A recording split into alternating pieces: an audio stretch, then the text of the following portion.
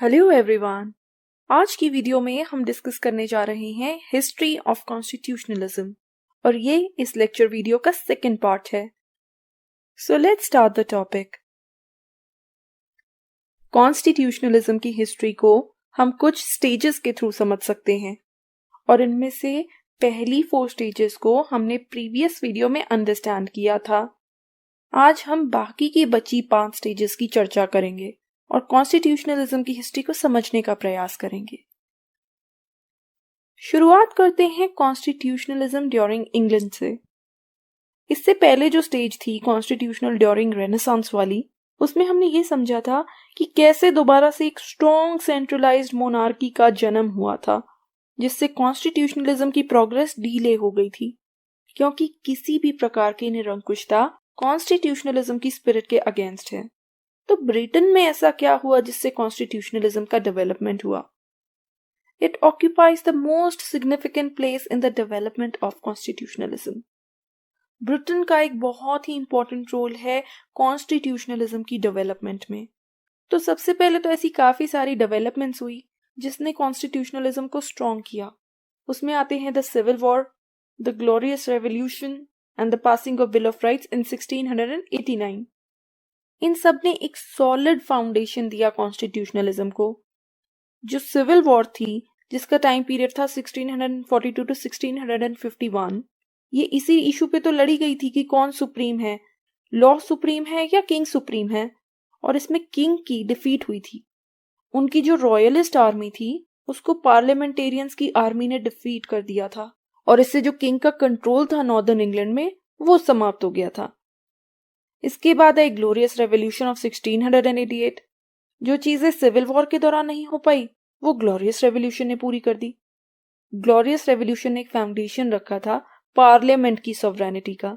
इसने पार्लियामेंट को इंग्लैंड की रूलिंग पावर के तौर पर एस्टैब्लिश कर दिया था। जो किंग का कंट्रोल था ना, उसको ट्रांसफॉर्म कर दिया गया into control of the king in the parliament. इन सबसे पार्लियामेंट जो है वो स्ट्रॉन्ग हुई और फर्दर जो बिल ऑफ राइट्स थे 1689 के, उन्होंने सिटीजन्स को बेसिक सिविल राइट्स प्रोवाइड किए। तो इन सब चीजों से कॉन्स्टिट्यूशनलिज्म स्ट्रॉन्ग हुआ। फिर इसके बाद और भी खूब सारी डेवलपमेंट्स हुई 18th सेंचुरी के दौरान, जिसमें आते हैं the reform acts of 1832, 1867 and 1884, the parliamentary act of 1911 and the rise of 2 political parties. Reform act से बेसिकली क्या हुआ कि ज्यादा से ज्यादा लोगों को फ्रेंचाइज मिली, ज्यादा से ज्यादा लोगों को वोट करने के अधिकार मिले। हालांकि अभी भी सभी लोगों के पास वोट करने के अधिकार नहीं थे। और जो पार्लियामेंट्री एक्ट था 1911 का या 1911 का, इसने हाउस ऑफ लॉर्ड्स की पावर को कम कर दिया। और जो 2 पॉलिटिकल पार्टीज इमर्ज हुई, उसने देश में कॉन्स्टिट्यूशनलिज्म को और स्ट्रॉन्ग किया, पार्लियामेंट्री गवर्नमेंट की फंक्शनिंग को और स्ट्रॉन्ग कर दिया। ये 2 पॉलिटिकल पार्टीज थी विग्स एंड टोरीज। विग्स जो हैं वो लेटर ऑन लिबरल पार्टी बने और टोरीज जो हैं वो कंजर्वेटिव पार्टी बने। तो ये डेवलपमेंट्स थी जो इंग्लैंड में हुई जिसने कॉन्स्टिट्यूशनलिज्म को स्ट्रॉन्ग किया। तो इस दौरान जो इंग्लैंड में कॉन्स्टिट्यूशनलिज्म था उसके क्या क्या फीचर्स थे? पहला था establishment of the cabinet system in the 18th century. 18वीं शताब्दी में वहां एक कैबिनेट सिस्टम एस्टैब्लिश हुआ। Responsibility of the executive to the parliament, जो कार्यपालिका है उसको पार्लियामेंट के प्रति रिस्पॉन्सिबल बना दिया गया। इसका मतलब ये है कि पार्लियामेंट ये देखे कि एग्जीक्यूटिव सही तरीके से कार्य कर रहा है या नहीं कर रहा है, और अगर नहीं कर रहा है तो लेजिस्लेचर अपना लैक ऑफ कॉन्फिडेंस एक्सप्रेस कर सकती है, वो एग्जीक्यूटिव को रिस्पॉन्सिबल ठहरा सकती है। Next was the establishment of the rule of law. इसका मतलब ये था कि लॉ सुप्रीम था और ये सभी सिटीजन्स के लिए एकदम बराबर था। देश के लॉ से ऊपर कुछ भी नहीं है। That is what it meant. Then there was the parliamentary control of the executive. Parliament का कंट्रोल हो गया था कार्यपालिका के ऊपर। दैट्स वाई जो एग्जीक्यूटिव है वो पार्लियामेंट को रिस्पॉन्सिबल था। कॉन्स्टिट्यूशनल एंड लिमिटेड मोनार्की आ गई। तो मोनार्की थी इंग्लैंड में, अब वो सिर्फ नाम की मोनार्की थी, उसके पास लिमिटेड पावर्स थी। Control of parliament over the army, army के ऊपर भी पार्लियामेंट का कंट्रोल हो गया। ये हुआ था थ्रू द म्यूटिनी एक्ट्स, जिसने आर्मी के ऊपर पार्लियामेंट का कंट्रोल एस्टैब्लिश कर दिया था। फिर उसके बाद ये था कि England had become a constitutional state by the half of the 18th century. 18वीं शताब्दी के मध्य तक इंग्लैंड जो था वो एक कॉन्स्टिट्यूशनल स्टेट बन चुका था। हालांकि अभी भी थोड़ी प्रॉब्लम्स थी। सभी लोगों के पास फ्रेंचाइजी नहीं थी, कुछ ही लोगों को वोट करने का अधिकार था। लेकिन इसकी खासियत यह है ये समय के साथ साथ इवॉल्व होता रहा और एवोल्यूशन होने के साथ साथ ये एक प्रॉपर कॉन्स्टिट्यूशनल स्टेट बन गया। दैट्स वाई इसका इतना इंपॉर्टेंट रोल है कॉन्स्टिट्यूशनलिज्म की डेवलपमेंट में। इसके बाद आता है कॉन्स्टिट्यूशनलिज्म इन फ्रांस। फ्रांस के नाम से तो आपको फ्रेंच रेवोल्यूशन हमेशा याद आती होगी। तो फ्रांस ने भी एक इम्पॉर्टेंट रोल प्ले किया है कॉन्स्टिट्यूशनलिज्म की डेवलपमेंट में। कि फ्रेंच रेवोल्यूशन स्टार्ट होने के बाद जो 2 साल के लिए एक नेशनल असेंबली बनी थी 1789 में, उस नेशनल असेंबली ने एक declaration of the rights of man and citizen को अडॉप्ट किया था 1789 में, जिसमें कहा गया था कि men are born free and equal in rights. सब लोग राइट्स में इक्वल होते हैं and they are born free. उस डिक्लेरेशन में फर्दर ये कहा गया था कि हर पॉलिटिकल एसोसिएशन का कार्य यही होता है कि वो इंसान के राइट्स को प्रोटेक्ट कर सके, उन्हें प्रिजर्व कर सके। और ये जो लाइन थी मेन आर बॉर्न फ्री, ये जो फ्रेंच थिंकर है रूसो, उनके सोशल कॉन्ट्रैक्ट में एक लाइन मेंशन है कि man is born free yet everywhere he is in chain. उसी से ये इंस्पायर्ड थी। The next progress was the end of constitutional government and the emergence of Napoleonic dictatorship. जिस मोनार्की को 1789 में खत्म कर दिया गया था वो दोबारा से रिवाइव हो गई 1799 में। तो जो कॉन्स्टिट्यूशनल गवर्नमेंट एस्टैब्लिश हुई थी आफ्टर 1789 वो भी खत्म हो गई। इस कॉन्स्टिट्यूशनल गवर्नमेंट में एक पार्लियामेंट्री गवर्नमेंट थी, एक कॉन्स्टिट्यूशनल प्रेसिडेंट था, बट सैडली इसको रिप्लेस कर दिया गया बाय द डिक्टेटोरियल मोनार्की। और यही मोनार्की वहां पर चलती रही टिल 1815। उसके बाद काफी सारे अनस्टेबल मोनार्क्स का रूल आया until the third Republic which was created in 1875। अब ये थर्ड रिपब्लिक क्या थी? थर्ड रिपब्लिक में एक पार्लियामेंट्री गवर्नमेंट थी, एक कॉन्स्टिट्यूशनल प्रेसिडेंट था और एक रिस्पॉन्सिबल मिनिस्ट्री थी। और ये रिपब्लिक कब तक चली? It continue till the second world war in 1940। Second world war तो 1939 में स्टार्ट हुई, लेकिन थर्ड रिपब्लिक जो है ये कंटिन्यूड रही 1940 तक। इसके बाद आती है द फोर्थ रिपब्लिक ऑफ 1946। इसमें भी एक पार्लियामेंट्री सिस्टम ऑफ गवर्नमेंट थी, कॉन्स्टिट्यूशनल प्रेसिडेंट था और एक रिस्पॉन्सिबल एग्जीक्यूटिव था।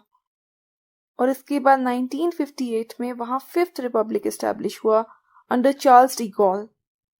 फिफ्थ रिपब्लिक के अंडर एक स्ट्रॉन्ग प्रेसिडेंट प्रोवाइड किया गया और एक weak prime minister with a weaker parliament. President की पावर्स में इंक्रीज ला दिया गया और प्राइम मिनिस्टर को वीक कर दिया गया। एक क्वासी प्रेसिडेंशियल या quasi parliamentary form of government establish हुई जिसमें प्रेसिडेंट की एक बहुत ही स्ट्रॉन्ग पोजीशन थी। तो इस प्रकार से फ्रांस में कॉन्स्टिट्यूशन का और कॉन्स्टिट्यूशनलिज्म का डेवलपमेंट हुआ। आज भी वहां सेमी प्रेसिडेंशियल सिस्टम है जिसमें पावर्स डिवाइडेड हैं प्रेसिडेंट और प्राइम मिनिस्टर के बीच में। तो फ्रांस का सबसे बड़ा जो कंट्रीब्यूशन रहा है टुवर्ड्स कॉन्स्टिट्यूशनलिज्म वो है constitution based on the ideals of liberty, equality and fraternity. ये 3 शब्द कॉन्स्टिट्यूशन के साथ सिनोनिमस बन चुके हैं। ये शब्द फ्रेंच रेवोल्यूशन के दौरान इमरजेंस में आए और आज भी ये फ्रेंच कॉन्स्टिट्यूशन का एक पार्ट है। और सिर्फ फ्रेंच कॉन्स्टिट्यूशन का ही नहीं बल्कि दुनिया के डिफरेंट कॉन्स्टिट्यूशंस का पार्ट ये 3 सुनहरे शब्द हैं।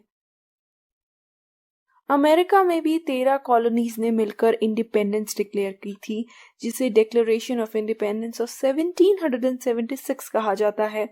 और इन कॉलोनीज ने कॉन्स्टिट्यूशनलिज्म के प्रति कमिटमेंट करी थी। इस डिक्लेरेशन में कहा गया था कि all men are created equal and are endowed with certain rights. सभी लोग इक्वल होते हैं और सभी के पास कुछ राइट्स होते हैं और इन्हीं राइट्स को प्रोटेक्ट करने के लिए सरकारें बनाई जाती हैं। अगर सरकार इनमें से किसी भी राइट को इन्फ्रिंज करती है तो लोगों का राइट है कि वो गवर्नमेंट को चेंज कर सकें, क्योंकि सरकार एग्जिस्ट करती है इन राइट्स को प्रोटेक्ट करने के लिए, जो कि कॉन्स्टिट्यूशनलिज्म की ही स्पिरिट है. So then it led to the establishment of a federal government which was based on the principles of separation of powers. तो एक फेडरल गवर्नमेंट एस्टैब्लिश हुई जो कि सेपरेशन ऑफ पावर्स के प्रिंसिपल पर बेस्ड थी. ये किसके द्वारा दिया गया प्रिंसिपल? मॉन्टेस्की के द्वारा. सेपरेशन ऑफ पावर में जो 3 ऑर्गन्स होते हैं, एग्जीक्यूटिव, जुडिशरी एंड लेजिस्लेचर, इन तीनों की पावर्स को सेपरेट कर दिया जाता है. साथ ही साथ इसको सप्लीमेंट किया गया चेक्स एंड बैलेंसेस के प्रिंसिपल के साथ. चेक्स एंड बैलेंस का प्रिंसिपल भी यही कहता है कि जब हम पावर को डिवाइड कर देते हैं डिफरेंट ऑर्गन्स के बीच में, तो इससे एक ऑर्गन दूसरे ऑर्गन पर एक चेक रखता है और इससे क्या होता है, एक बैलेंस मेंटेन रहता है. कोई भी ऑर्गन दूसरे ऑर्गन से ज्यादा पावरफुल नहीं हो पाता है. तो ये एक इम्पॉर्टेंट फीचर बना अमेरिकन कॉन्स्टिट्यूशनलिज्म का, separation of powers plus checks and balances. Establishment of government with the executive, legislative and judicial powers vested separately in President, the Congress and the Supreme Court. एक सरकार establish की गई और ये सरकार कैसी थी, जिसमें कार्यपालिका यानी कि एग्जीक्यूटिव, लेजिस्लेचर और जुडिशरी तीनों एक दूसरे से अलग थे. यहाँ पर एक प्रेसिडेंशियल फॉर्म को एस्टैब्लिश किया गया. इस तरह की फॉर्म में जो प्रेसिडेंट होता है वो लेजिस्लेचर का पार्ट नहीं होता, वरना पार्लियामेंट्री फॉर्म ऑफ गवर्नमेंट में क्या होता है, जो एग्जीक्यूटिव होती है वो लेजिस्लेचर में से ही निकलती है. प्रेसिडेंशियल फॉर्म में क्या होता है कि जो 3 ऑर्गन्स होते हैं गवर्नमेंट के, they are separated from each other and they check each other also so that the balance can be maintained. तो इसका एग्जाम्पल है कि प्रेसिडेंट अगर कोई अपॉइंटमेंट करता है या कोई फॉरेन ट्रीटी साइन करता है तो उसको सेनेट रेटिफाई करेगा, या कांग्रेस जो है वो प्रेसिडेंट को रिमूव कर सकती है, इम्पीच कर सकती है, और जो कोर्ट्स हैं वो प्रेसिडेंट द्वारा इशूड किसी भी ऑर्डर को अनकॉन्स्टिट्यूशनल डिक्लेयर कर सकते हैं अगर वो कॉन्स्टिट्यूशन की स्पिरिट के खिलाफ है. So this is how the system works. तो जो डिक्लेरेशन है उसने कॉन्स्टिट्यूशनलिज्म की स्पिरिट को स्ट्रेंथन किया, स्ट्रॉन्ग बनाया. उसके बहुत ही 3 ये इंपॉर्टेंट आइडियाज थे कि भगवान ने सभी को इक्वल बनाया है और सभी को राइट्स दिए हैं. सरकार का काम है राइट्स को प्रोटेक्ट करना, और अगर वो नहीं प्रोटेक्ट कर पाती है तो लोगों को रिवोल्ट करने का अधिकार है. तो ये बहुत ही इंपॉर्टेंट डिक्लेरेशन है एंड ये बिल्कुल कॉन्स्टिट्यूशनलिज्म की स्पिरिट में है, because this is what constitutionalism is, कि government exist for the people. लोगों के राइट्स को प्रोटेक्ट किया जाना चाहिए. So it can be concluded that जो फ्रेंच रेवोल्यूशन है और जो डिक्लेरेशन ऑफ राइट्स है अमेरिका का, उसने एक बर्थ दिया to the era of constitutionalism. जिस कॉन्स्टिट्यूशनलिज्म को हम मॉडर्न वे में समझते हैं, मॉडर्न एस्पेक्ट में समझते हैं, उसका बर्थ फ्रेंच रेवोल्यूशन और डिक्लेरेशन ऑफ राइट्स से ही हुआ है. So that's why these 2 events are very very important. Now comes the constitutionalism of the 19th century. 19वीं शताब्दी में कॉन्स्टिट्यूशनलिज्म कैसा था, इसके क्या फीचर्स थे? सबसे पहला तो फीचर यही था कि राइज ऑफ नेशनलिज्म, राष्ट्रवाद की फीलिंग का एक राइज हुआ. नेपोलियनिक जो वॉर्स हुई यूरोप में, इनसे एक स्ट्रॉन्ग नेशनलिज्म इमर्ज हुआ, राष्ट्रवाद इमर्ज हुआ. नेशनलिज्म ये कहता है कि नेशन पहले है, स्टेट पहले है, इंडिविजुअल बाद में है. एंड ये कॉन्ट्ररी है to the spirit of constitutionalism, because यहाँ पे जो इंडिविजुअल है वो स्टेट से इंफीरियर बन जाता है, स्टेट सुपीरियर बन जाती है. However, side by side there was an increasing demand for parliamentary system of government as well. जैसी parliamentary system of government England में इस्टेब्लिश थी, उस तरह के सिस्टम को इस्टेब्लिश करने की डिमांड दूसरी जगहों पर भी हुई. The industrial revolution also gave birth to a new middle class. Industrial revolution जो ही इसका इम्पैक्ट ये रहा कि एक नई मिडिल क्लास का राइज हुआ, जो कि डिफरेंट तरीके के राइट्स डिमांड करने लगी. पॉलिटिकल राइट्स उन्होंने डिमांड किए, उन्होंने पॉलिटिकल पावर डिमांड करी, सेवरल डेमोक्रेटिक रिफॉर्म्स उन्होंने डिमांड किए. इंग्लैंड में भी सब लोग वोट नहीं कर सकते थे, केवल कुछ चुनिंदा लोग थे जो वोट कर सकते थे. 1928 या 1928 के बाद ये पॉसिबल हो पाया कि ऑलमोस्ट सभी लोग जो हैं वो वोट कर सकें। तो लोगों में कॉन्शियसनेस बढ़ी राइट्स को लेकर और पॉलिटिकल प्रोसेसेस को लेकर। इसलिए लोगों ने पॉलिटिकल पावर और डेमोक्रेटिक रिफॉर्म्स डिमांड करने स्टार्ट किए। There was a rising consciousness for representative and responsible government. इस तरीके की गवर्नमेंट के लिए एक सपोर्ट बना क्योंकि ये लोगों को रिप्रेजेंट करती है, लोगों का इसमें प्रॉपर पार्टिसिपेशन होता है और ये लोगों के प्रति रिस्पॉन्सिबल होती है। इसमें पावर्स का मिसयूज नहीं हो सकता है। तो ये कुछ चुनिंदा डेवलपमेंट्स थी जो 19वीं शताब्दी के दौरान हुई। इसके बाद आती है the last stage which is the constitutionalism of the 20th century. इसको हम 2 पार्ट्स में डिस्कस करेंगे। पहला है इसमें constitutionalism and the first world war. Constitutionalism को फर्स्ट वर्ल्ड वॉर के दौरान अथॉरिटेरियन रजीम से बहुत ज्यादा चैलेंज मिला।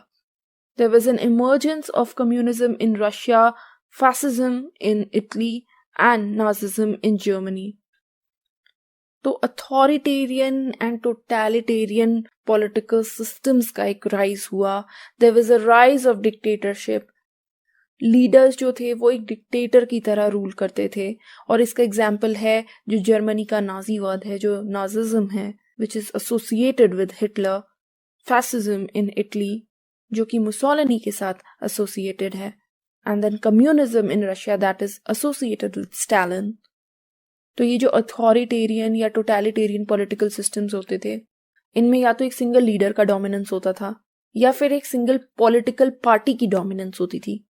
वो ही पूरा देश चलाती थी, सब कुछ उनके कंट्रोल में होता था। ऑपोजिशन किसी भी प्रकार से अलाउड नहीं होती थी, लोगों को लिमिटेड राइट्स दिए जाते थे। तो ऑल इन ऑल ये सब चीजें कॉन्स्टिट्यूशनलिज्म की स्पिरिट के अगेंस्ट थी। तो इन सब से कॉन्स्टिट्यूशनलिज्म को एक चैलेंज मिला, लेकिन एक रिमार्केबल एस्पेक्ट भी था, वो था establishment of league of Nations. ये कब एस्टैब्लिश हुआ था? It was established on 10th of January 1920।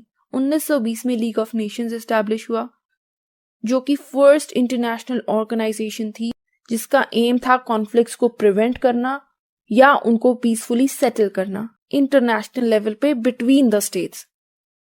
ये एक बहुत ही नया और इम्पोर्टेंट स्टेप था कॉन्स्टिट्यूशनलिज्म की डेवलपमेंट में। ये पीसफुली कॉन्फ्लिक्ट्स को सॉल्व करने की बात करता था और इससे क्या हुआ, जो इंटरनेशनलिज्म है ये भी एक इम्पोर्टेंट एस्पेक्ट बना कॉन्स्टिट्यूशनलिज्म का। इससे ये रियलाइजेशन आई कि देशों को आपस में कोऑपरेट करना चाहिए, चाहे वो पॉलिटिकल फील्ड में हो या इकोनॉमिक फील्ड में। तो सेकेंड वर्ल्ड वॉर के दौरान कॉन्स्टिट्यूशनलिज्म में क्या चेंजेस आए? The first major event was the defeat of the axis powers. Second world war में हार हुई एक्सिस पावर्स की, जिनमें आती थी authoritarian and dictatorial states like Japan, Italy and Germany. तो ये डेमोक्रेसी की जीत और अथॉरिटेरियनिज्म की हार माना गया। साथ ही साथ ये कॉन्स्टिट्यूशनलिज्म की भी जीत मानी गई। कॉन्स्टिट्यूशनलिज्म की स्पिरिट बहुत स्ट्रांग हुई।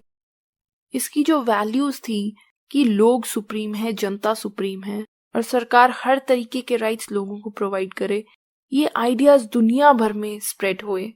इवन जो कम्युनिस्ट स्टेट्स थे लाइक चाइना, उन्होंने भी कॉन्स्टिट्यूशन बनाया और उन्होंने अपने कॉन्स्टिट्यूशन को नाम दिया सोशलिस्ट कॉन्स्टिट्यूशन का, जो कि मार्क्स और लेनिन के आइडिया से इंस्पायर था।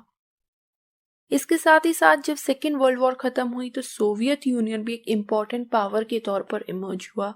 इस कम्युनिस्ट सिस्टम को सोवियत यूनियन ने दूसरे कंट्रीज में लाने का भी प्रयास किया, लेकिन जो कम्युनिज्म के आइडियाज हैं ये कॉन्स्टिट्यूशनलिज्म की स्पिरिट में नहीं है, क्योंकि इसमें इंडिविजुअल्स के पास ना लिमिटेड राइट्स होते हैं, जिसका फेवर कॉन्स्टिट्यूशनलिज्म नहीं करता है।